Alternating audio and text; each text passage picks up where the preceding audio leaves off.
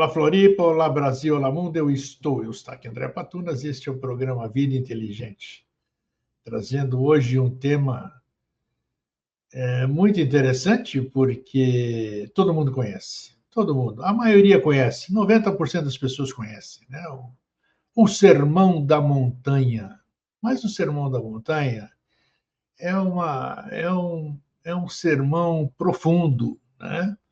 E como o autor do Sermão da Montanha, o autor que pronunciou, ele falava por parábolas.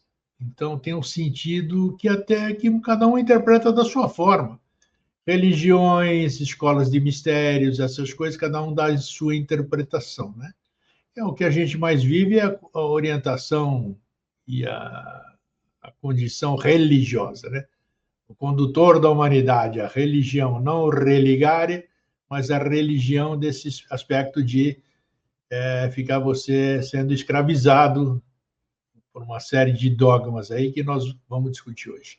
É isso, e para isso eu trago meu querido amigo e irmão, já que tem muito contribuído com Vida Inteligente, diretamente da Holanda, Barend Borgham. Como é que você está, Barend? Eu estou bem, você, Gregor? Bom dia. Eu estou bem. Prazer em recebê-lo no Vida Inteligente, mais uma vez. Comente. Muito bom. O Barend, o Sermão da Montanha, você escreveu um artigo cuja tem uma sequência, né, numa revista muito famosa da teosofia, chamada Lúcifer, né?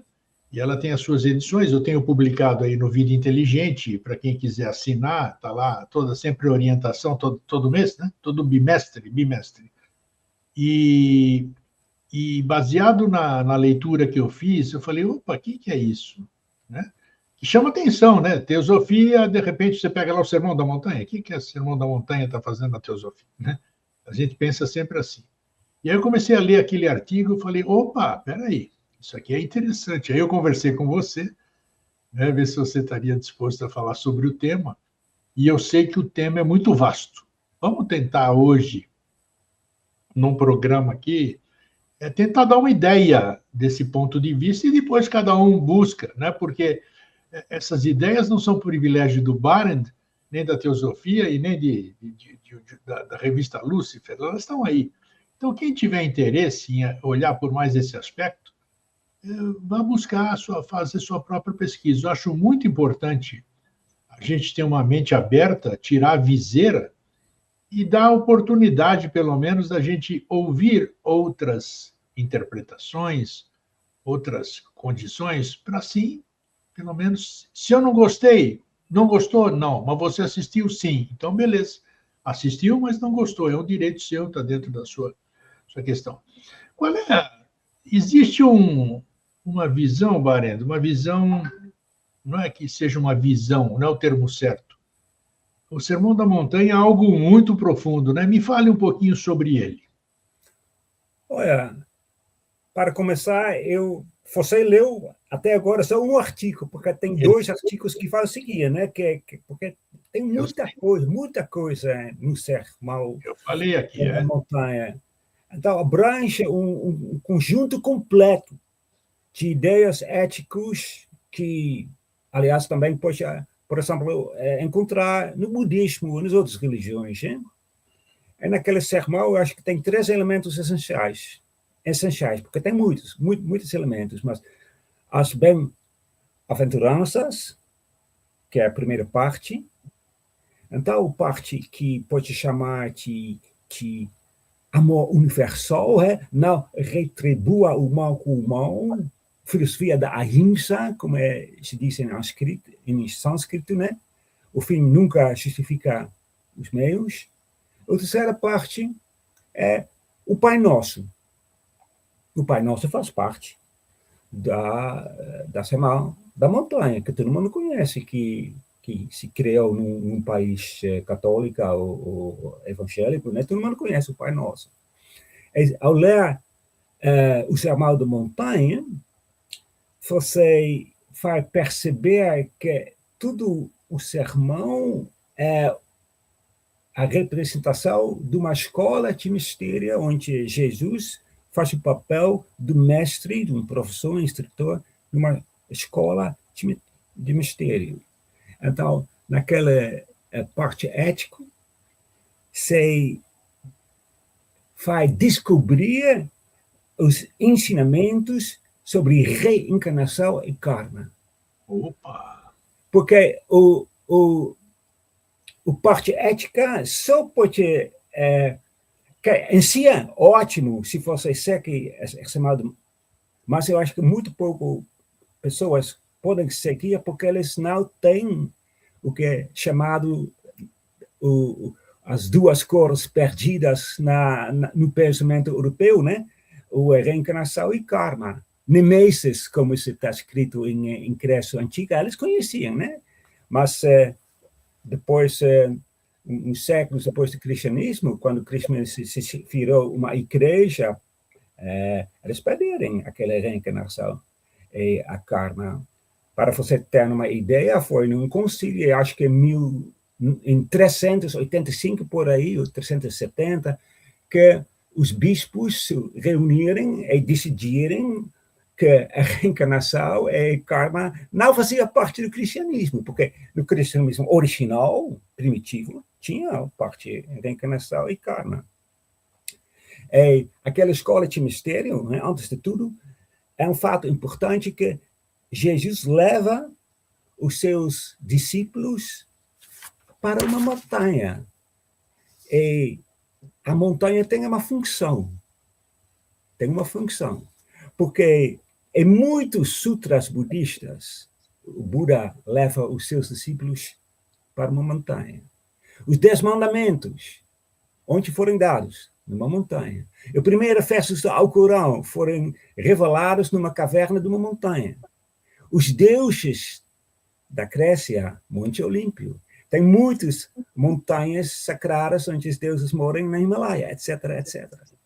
Então, a montanha é o símbolo do mundo mais espiritual, o reino mais elevado. Então, quando você vai para uma montanha, você está num outro estado de consciência. Não consciência assim terrestre, mas se eleva para um outro estado mais espiritual. E se você ler bem a Bíblia, você vê que no começo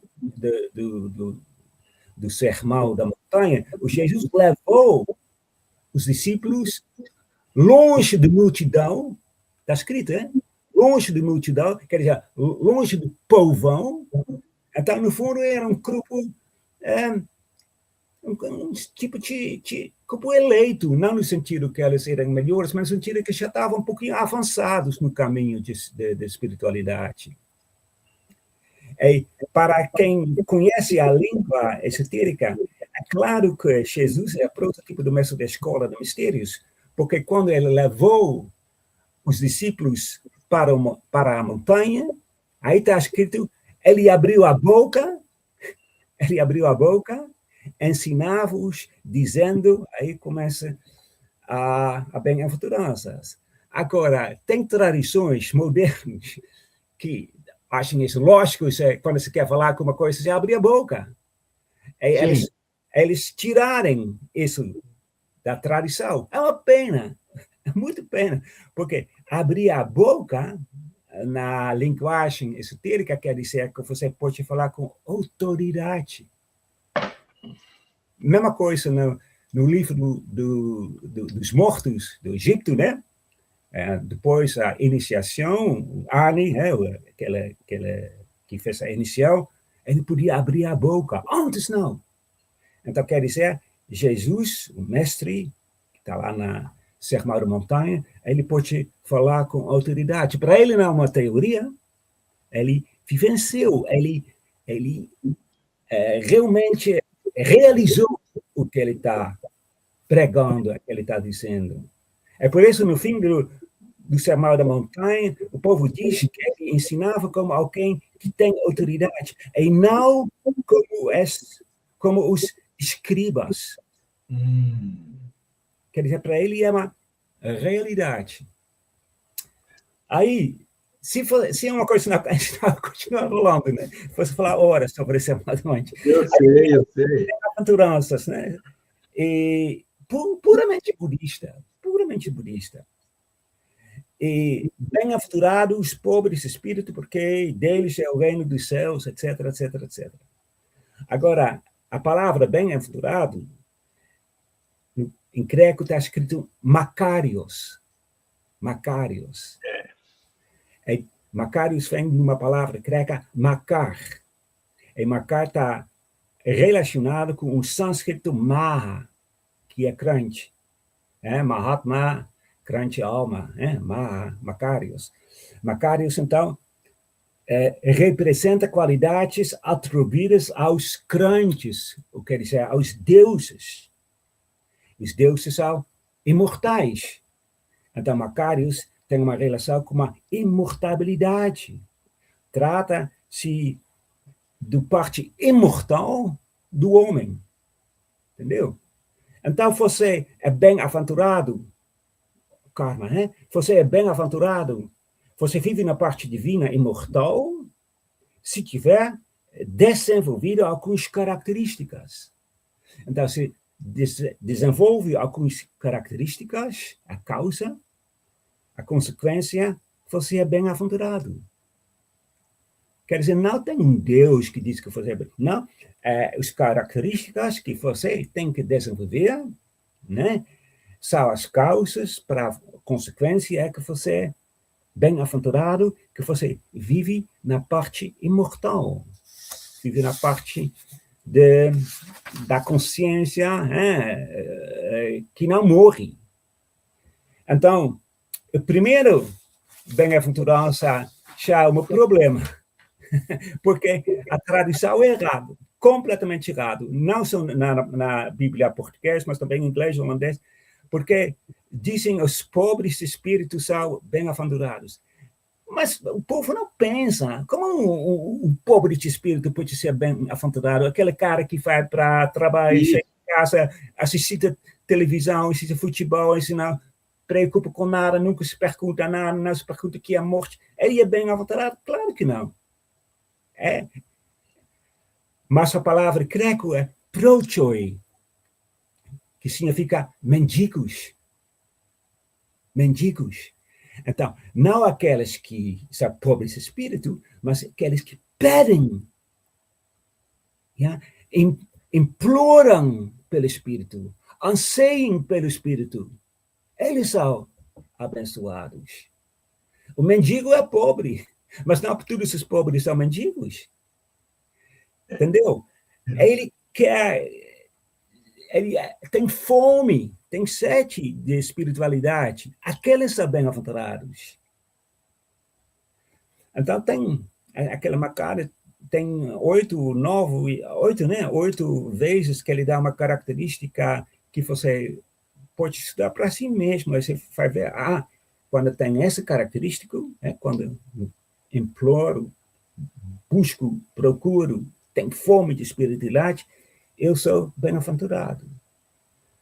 Segundo, por exemplo, diz, os que choram, é um pouco difícil, mas às vezes o povo não gosta quando se fala isso, mas o sofrimento é o seu melhor amigo.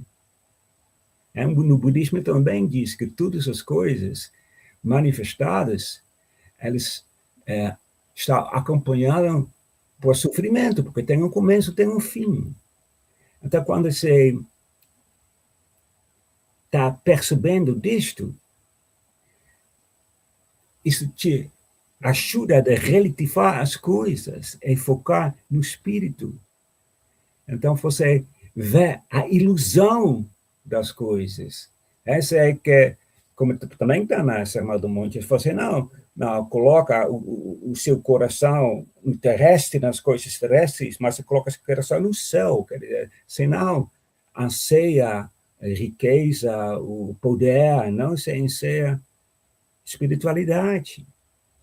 Aí depois os mansos são abençoados, fome e sede de justiça, os misericordiosos, quer dizer, que vivem com compaixão, pacificadores, aqueles que tentam fazer a paz, etc. Se você tem essa característica, karma é causa, o resultado é que você é Macarios, você é bem-aventurado. Agora, as últimas duas são difíceis, né? São os perseguidos, quando eles te perseguem em nome da justiça, em nome de Jesus, você está bem-aventurado. Agora, você tem que lembrar que o Sermão da Montanha é tudo uma escola de mistério. É quem bate na porta da escola de mistério, ele tem que ter uma certa mentalidade, mas você tem que fazer um juramento, um voto, para poder entrar. E esse voto que você faz dá começa uma guerra dentro de você, por assim dizer. Uma guerra entre o eu superior e o eu inferior. Então, você é perseguido por ser, e você conquista, aí você está bem-aventurado. Por isso está escrito também, muita gente não compreende isso, que Jesus diz, eu não cheguei para a paz, eu cheguei para a espada. Espada. Ele diz, é a guerra. Mas não a guerra, claro, não a guerra entre os países, mas a guerra dentro de você. Né?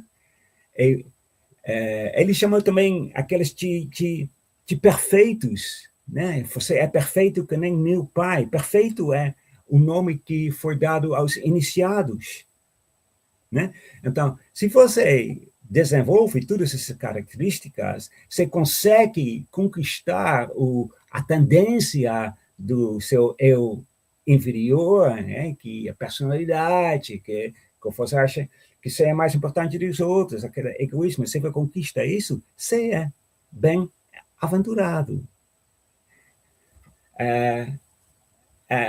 No fundo, é muito claro. Ô, Baren, me diz uma coisa: existem outras escolas, outras filosofias, outras religiões, seja lá como a gente quiser chamar, que tem algo similar a esse pronunciamento de Jesus, vamos dizer, o Sermão da Montanha? Tem? Tem um sutra é um escrito sagrado do budismo, chama-se o Pratimoksha Sutra, que é igual ao Sermão da Montanha. É mesmo? Puxa. Tem as mesmas, só que está no... essa Pratimoksha Sutra é para os monges que entram no convento, que entram na Sangha, como se diz no budismo, num nível mais avançado, do estudo, vamos dizer. Isso?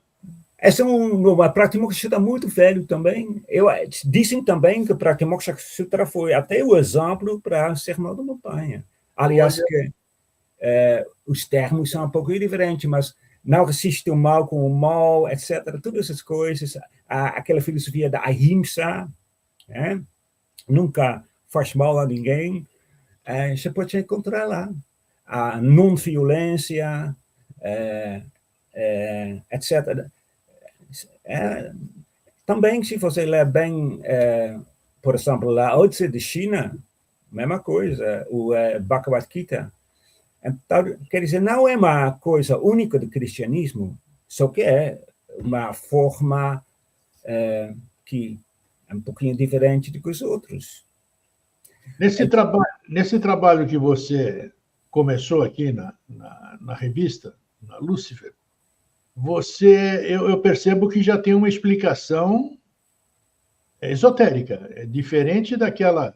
Isso é muito importante porque te dá um outro nível de entendimento. Você está lendo uma coisa, mas você sabe, você sabe interpretar de forma diferente, né? Porque se você lê aquilo, você vai ler e não vai entender nada. Bem-aventurado isso, que é aquela repetição que todo mundo faz, né? Mas sem saber o que está falando. Esse trabalho que você vai completar nas 4 edições aí, ele dá uma visão holística, esotérica da questão. Vamos dizer, em resumo, existe alguma publicação ou algum artigo onde se explique todo o Sermão da Montanha pela ótica iniciática ou teosófica? Eu acho que não existe, não. Não existe, não. Mas você acha, por exemplo, na obra de Blavatsky, de Purika, você acha uma frase aqui, uma frase aqui. Mas o que eu fiz é colecionar tudo e tentar fazer uma história, É isso aí, exatamente. Só que é muita coisa que tem que fazer em 3 artigos. Mas, claro, você acha... E também é uma linguagem esotérica que você conhece um pouquinho, você sabe o que está escrito, né? Por exemplo, perfeito, é iniciado, é uma palavra que tudo na antiguidade, todo mundo conhecia. Essa chamada montanha faz 2000 anos, então a linguagem, a tradição já é uma coisa, a tradição de grego antigo para português, para inglês, já sempre perde alguma coisa. Mas olha, a parte mais importante, eu acho que é a segunda parte, né? Para começar, o Jesus diz para seus discípulos: você é o sol do mundo, não é? E se só perder seu sabor, com que se salgarão? Você é a luz do mundo. Não coloque a sua luz debaixo de uma vasilha. Então, isso já quer dizer que os discípulos têm uma obrigação importantíssima no mundo. Eles que têm que ensinar o povo, têm que mostrar ao povo como tem que viver, têm que mostrar a ética para o povo. Então, não, as bem-aventurados não quer dizer que você entra na nirvana, né, o reino do céu, mas a sua obrigação, sendo o sol do mundo, sendo a luz do mundo, é que você transmite isso para o povo. É por isso, naquela época, Jesus sempre começa com o que era normal, o que era costume naquela época, e depois diz, ok, isso que é costume, mas teria que ser assim. Ele fala muito da lei mosaica, né? Claro, porque a lei de mosaica não só os 10 mandamentos, mas também tinha uma lei dos judeus que até agora eles usam, né? E Jesus não diz que ele é contra a lei, mas ele diz que a lei é muito limitada. E, no fundo, o que ele tenta estabelecer é que a lei é mais como, em sânscrito, se diz o Dharma. Dharma também é lei, mas Dharma também é obrigação, é religião. Dharma vem de uma palavra, um raiz, dri, que significa sustentar. Então, os discípulos, sendo o sol do mundo, têm que sustentar a sociedade, o Dharma. Por exemplo, a lei mosaica diz: não matarás, não pode matar. É um dos 6 de 10 mandamentos. E gostaria tanto que os cristãos e judeus realmente não obedecem àquela lei, né? Não mata, porque eles estão matando para caramba, mas tudo bem. Não matarás. Claro, todo mundo concorda. Mas é limitado. Aí Jesus diz que todo aquele que se irritar com seu irmão, sem motivo, será sujeito ao julgamento, mesma coisa que matar. Se chamar de tolo o idiota o seu irmão, será sujeito ao julgamento. Então, não apenas o ato, não apenas as palavras, mas também os pensamentos que levam às consequências correspondentes. Karma Chinobu. Não só matar que é ruim para falar em palavras simples, mas também falar mal, pensar mal do seu irmão. É tudo que faz isto, né? Ele vai para o juiz, para julgamento, para tribunal. Está escrito, é para tribunal. Haja espaço nesse tribunal. O que é tribunal? É tribunal judaico? Absolutamente não. Claro que não. O tribunal é a harmonia universal, é karma. Sim. É nemesis. Eu vou te dar uma citação, eu notei aqui. Concorda rapidamente com seu adversário, enquanto estiveres a caminho com ele, para que, em momento algum, o adversário te entregue ao tribunal e o juiz te entregue ao guarda, ou sejas lançado na prisão. Em verdade te digo, de modo algum sairás dali até que tenhas pago o último centavo. Literalmente, está assim na Bíblia. Literalmente. Eu só copiei. Olha, aqui está tudo. Aqui está tudo. O que quer dizer quando você está no caminho? No caminho quer dizer que está na vida, se está vivendo. Se está vivendo. Aqui, se não está morto, se está vivendo. Concorda quando você vive com o seu adversário. Quer dizer, alguém que se fez mal, né? Alguém que você está devendo alguma coisa. Pode ser de uma vida anterior, mas você tem que resolver essa coisa. Para que, em momento alguém, o adversário te entrega ao tribunal. Se isto for verdade, teria uma tirania total, uma ditadura terrível. Mas isso também, claro, é simbólico.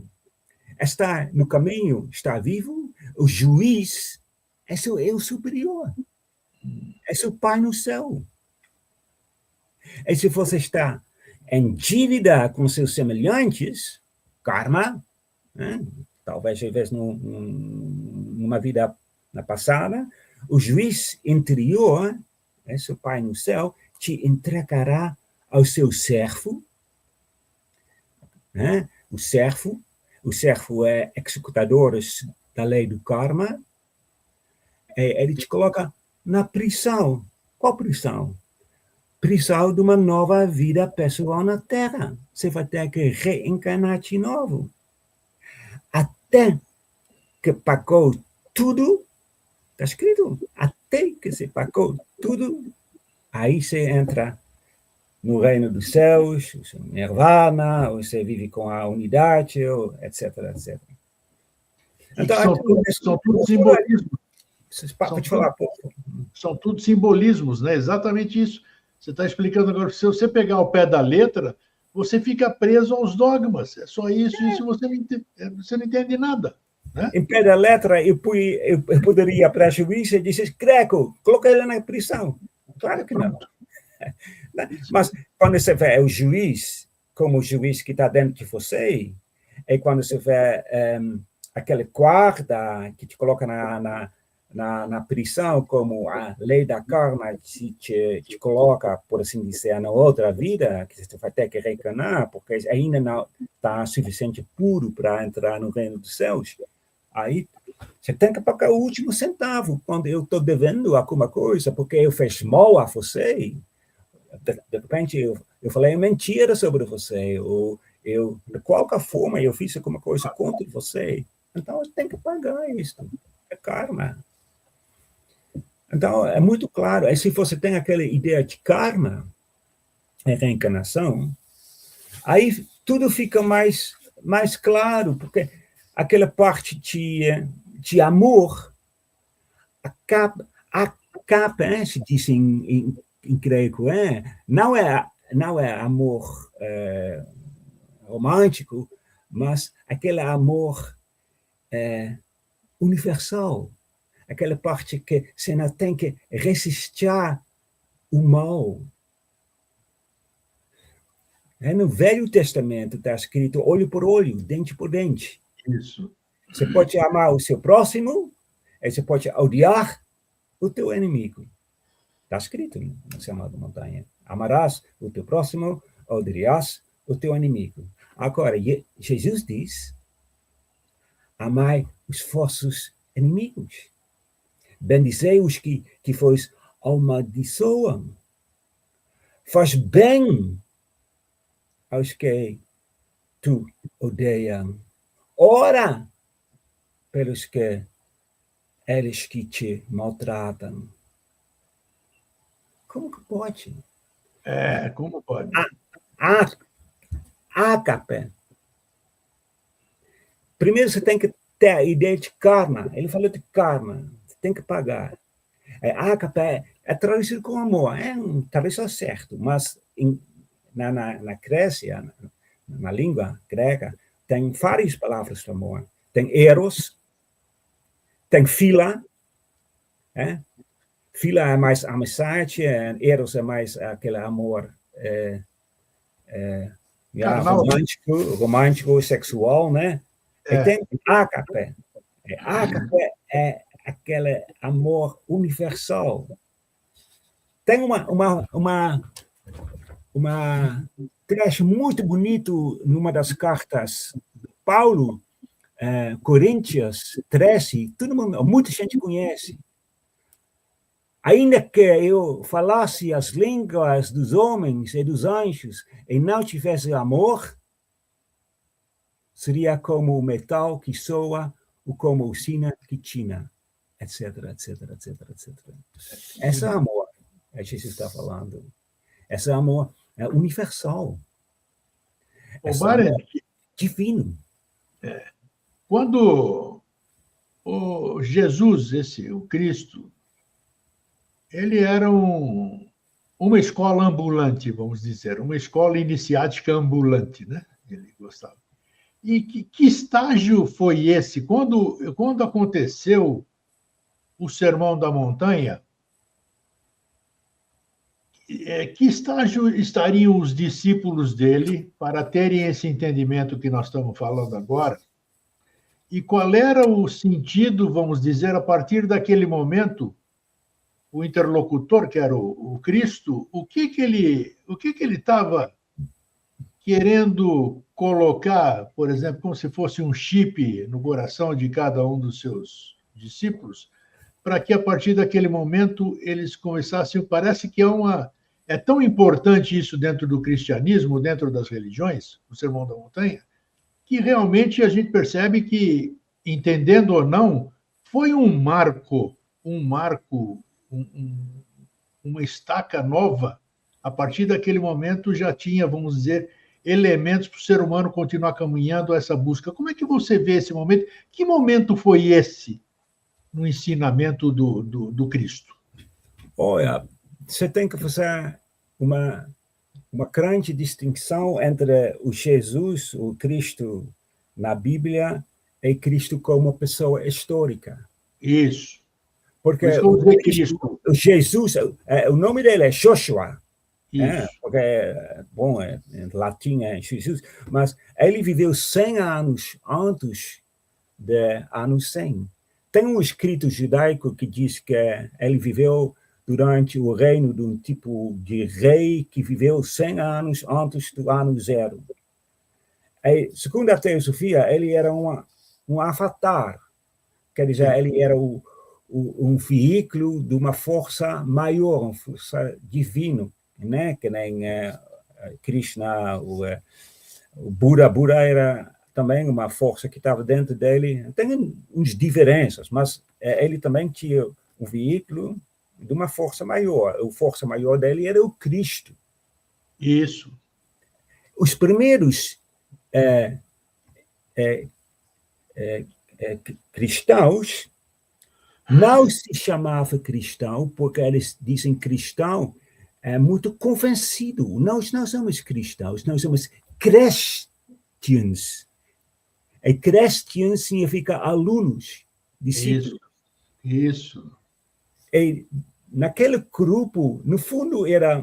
Mas aí a história é muito longa, mas o rei Ashoka, na Índia, ele mandou discípulos do budismo para todos os lados. Então, naquele deserto, 200, 300 anos antes do Cristo, como se diz, antes do ano zero, eles encontrou uns grupos judaicos lá no Oriente Próximo e no Egito, e eles eram os essenos, os ebionitos, que no fundo eles foram convertidos pelo budismo. E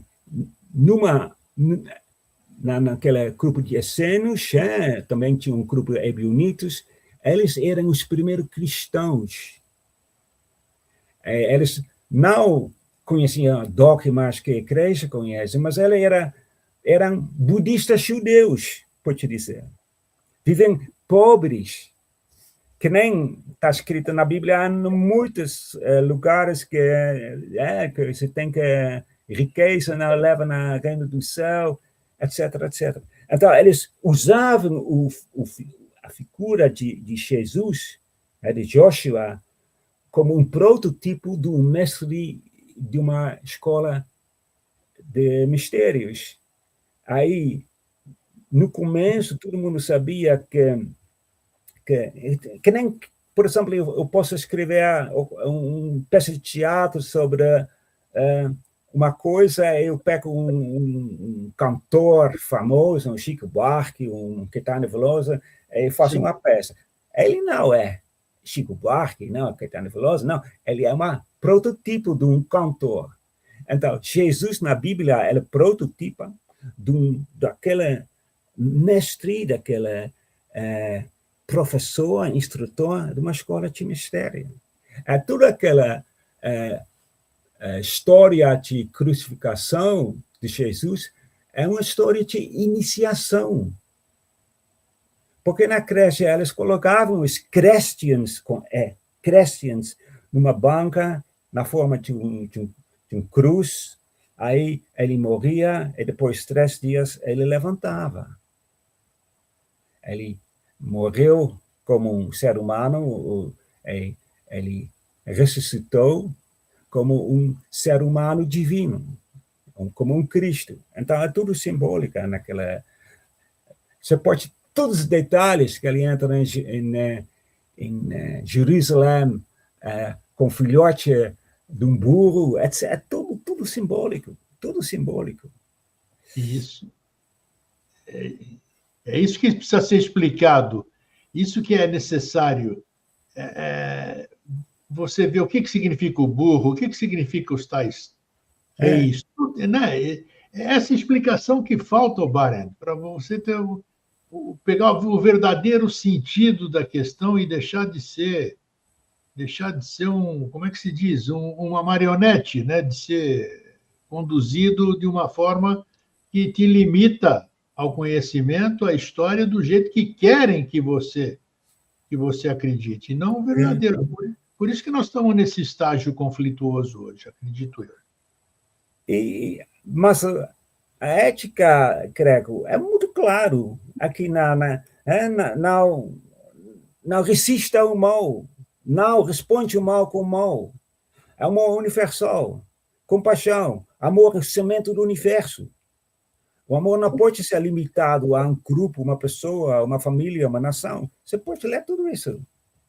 Né? Lao Tse, da China, ele diz, seja bom para os bons, porque são bons, mas seja bons para os não bons, para que se tornem bons. É a mesma coisa. Ahimsa, não tolerar, não cooperar com o mal de forma nenhuma. Nem com palavras, nem com ações, nem com pensamentos, nunca pensa mal do outro. Mas tente sempre ver o lado melhor do outro. É contrário do olho por olho, dente por dente. Olho por olho, todo mundo se torna seco. E tem que ir para o dentista também, porque não tem mais dentes. Né? Mas a ahimsa, como se diz na Índia, né? Gandhi, por exemplo, Gandhi, ele Ele, Gandhi gostava, adorava o sermão da montanha, porque combinava tudo com aquela filosofia dele, de ahimsa, abster-se em todas as circunstâncias, de praticar o mal, né, no egoísmo. Não causa danos aos seus semelhantes, nem os animais, nem as plantas, nem em ações, nem em pensamentos, nem em palavras. Não, não, nunca, nunca. No fundo, é a doutrina da reconciliação, né? É por isso que está ligado com aquele olho por olho, dente por dente. Porque olho por olho, dente por dente é espiral descendente. Leva a guerra, conflito. Mas aquele amor do Jesus, né? O amor universal, quebra o sacrifício. Recusa responder ótimo com ótimo. É assim que você fundamenta a lei, assim que você fundamenta o Dharma. Bared, o Sermão da Montanha, qual é o trecho do Sermão da Montanha que você acha que é a grande chave? Vamos dizer, quem perceber. Eu acho que é aquela, porque tem muito cristãos, tinha, por exemplo, o arcebispo da igreja na Inglaterra, né?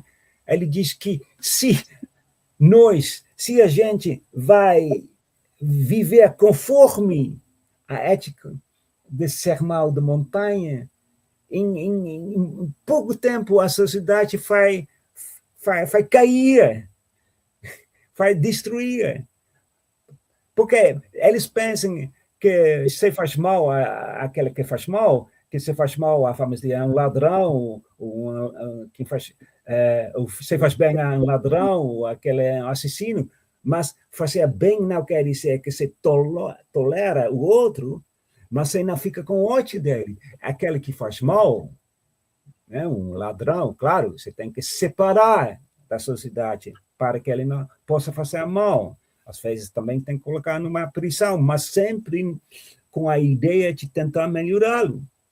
E não com ódio, não com revanche, sabe? Não que você quer fazer mal a ele. Nós somos, diz Jesus, os pacificadores, tentar fazer o paz. Então, tudo uma visão, se você vê um ser humano com um veículo de um Deus,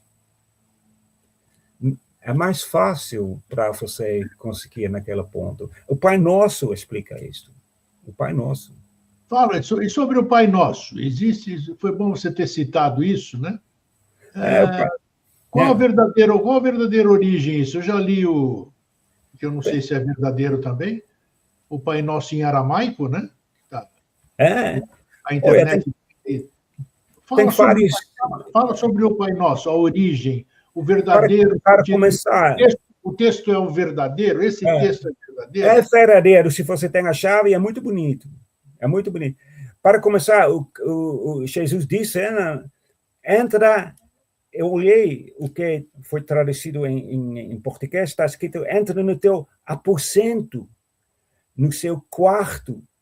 Agora, em inglês está escrito inner closet, o armário interno, quarto de dentro. Entra lá, quando se quer rezar, está escrito lá. Entra no teu aposento, não sei o que é a tradução certa em português, mas está escrito assim. Entra no seu aposento, fechando a tua porta. Mas, de qualquer forma, quer dizer, entra em silêncio. Não ora para alguma coisa que está fora de você, mas que está dentro de você. Agora, os evangélicos, eles gostam de orar com muito barulho, né? Pois é. E aí até as pessoas brincam, os vizinhos, ora mais baixo, porque Jesus não era surdo. Eles falam assim, então... Deus não é surdo, não. Mas o Pai do Céu quer dizer um outro plano de consciência. Quer dizer, a parte superior, que está dentro de você. Aí está escrito, santificado seja vosso nome. Que é o nome? Que é o nome do Pai Nosso? O Pai Nosso tem um nome? O nome de Deus é mesmo que Deus? Por que está escrito então? santificado está Deus. Mas por que está escrito santificado seja vosso nome? O nome é uma expressão. Você pode mudar de nome. Na Bíblia também está escrito que Paulo, né, quando ele estava indo para Damasco, né, no deserto, ele tinha uma visão e mudou de nome. Ele era Saulo e se virou Paulo. Não sei que você lembra. Está no Atos dos Apóstolos. Então, mudar de nome. O que quer dizer o nome? O nome é a expressão que está dentro de você. Né? O meu nome, Barend, é uma expressão da minha personalidade, Creco. Você até tem um apelido, eu acho, porque seu nome não deve ser Creco, não. Então, nós seres humanos, nós somos o nome de Deus. Pensa, nós somos o nome de Deus. Nós temos que santificar, nós temos que limpar, nós temos que serenizar nós mesmos, para que nós sejamos um nome adequado, um nome justo para o Deus. Aqui está escrito. Pai nosso, que estás no céu, santificado seja vosso nome. Você quer que seu nome seja santificado. Exato. Tem um texto muito antigo, acho que do século I, antes do Sermão do Monte ainda, Didaché chama-se, Didaché. Um texto também em greco, judaico-cristão, está escrito: nós te damos graças, Santo Pai, pelo teu santo nome, que fizeste habitar em nossos corações. Né? Claro. Então, nós, o Paulo também diz na uma das cartas que o homem é o templo de Deus. Né?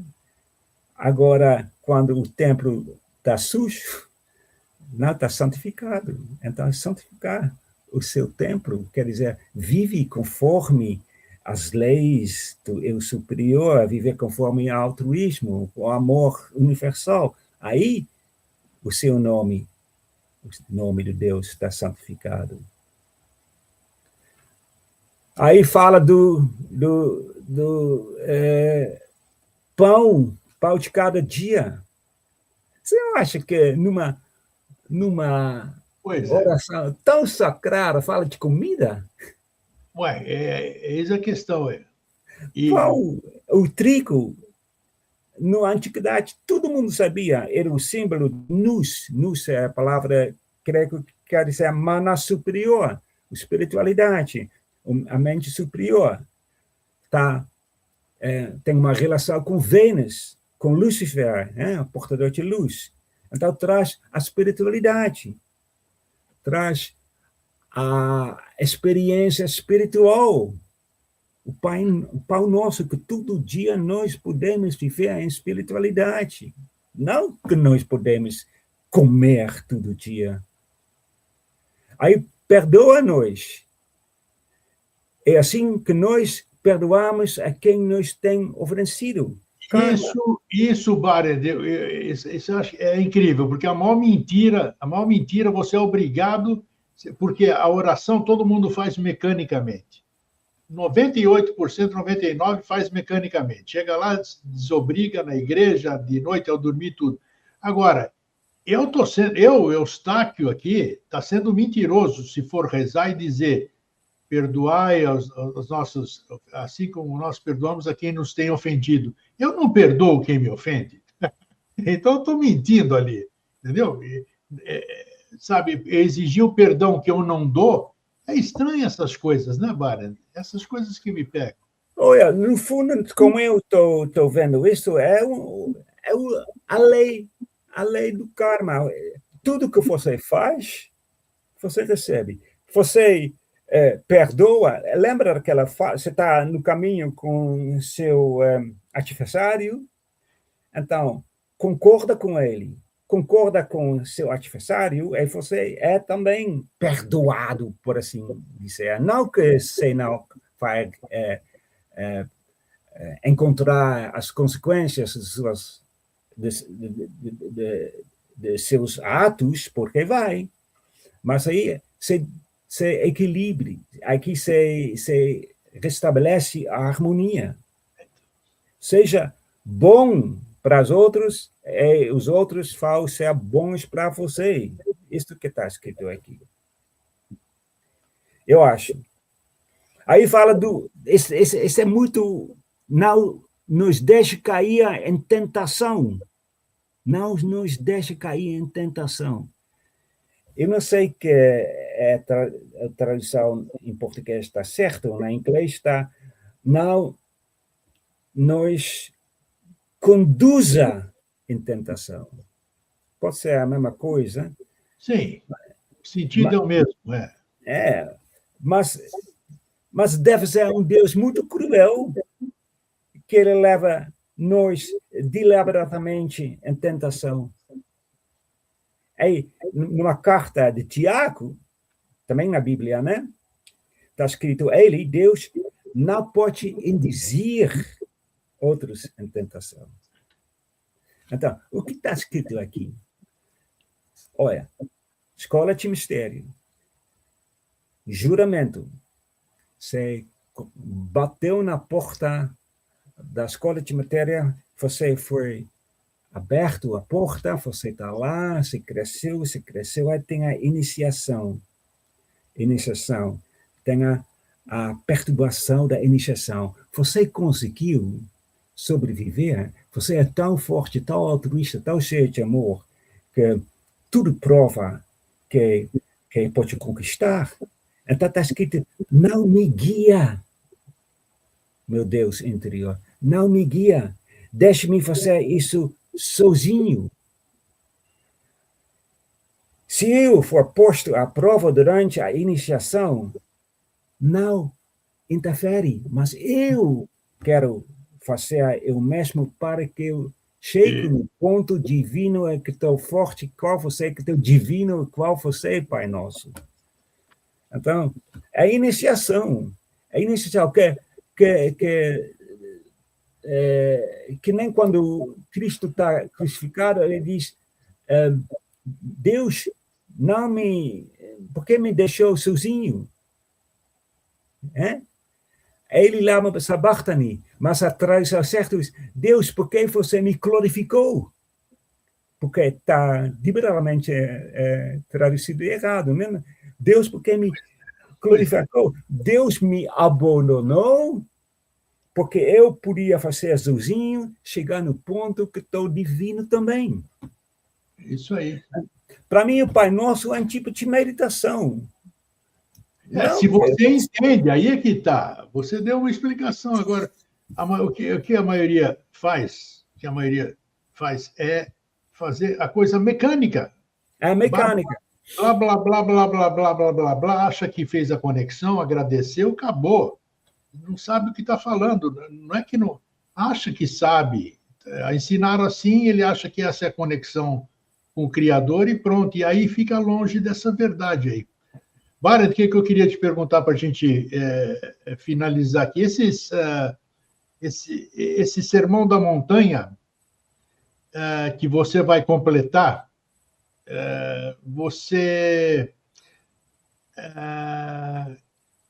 qual vai ser a chave final? Eu quero que você antecipe aí qual vai ser o final do artigo aí, vamos dizer, né?